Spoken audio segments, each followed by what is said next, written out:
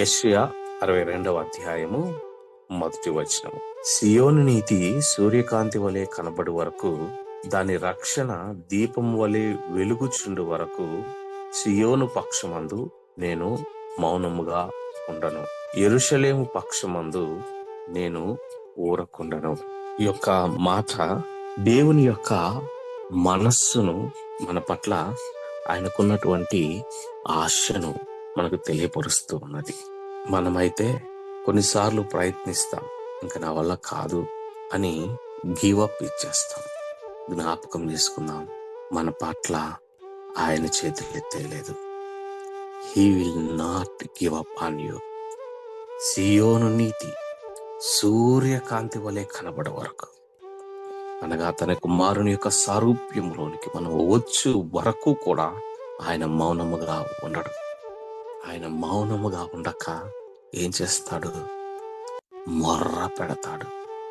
శత్రువులను పాదమునకు పీఠముగా చేయి వరకు నా కుడి పార్శ్వమున కూర్చుండుము అని చెప్పినట్లు, ఆయన తండ్రి కుడి పార్శ్వమున కూర్చుండి మన కొరకై మొర్ర పెడతాడు.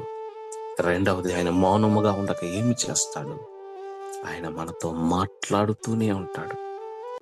బలపరిచే మాటలు, సరిచేసే మాటలు, ధైర్యపరిచే మాటలు, పశ్చాత్తాపములోనికి తీసుకుని వచ్చే మాటలు, ఆయన చిత్తములోనికి నడిపించేటటువంటి మాటలు ఆయన వినిపిస్తూనే ఉంటాడు.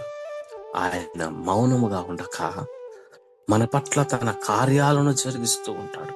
మన యొక్క బలహీన స్థితిని బట్టి కృంగిపోయి, ప్రభువా నా వల్ల కాదయ్యా, ఇంక నేను వేస్ట్ అయ్యా, ఇంక నువ్వు వేరే వాళ్ళని చూసుకొని అని కృంగిపోయిన స్థితిలోనికి మనం వెళ్తాం.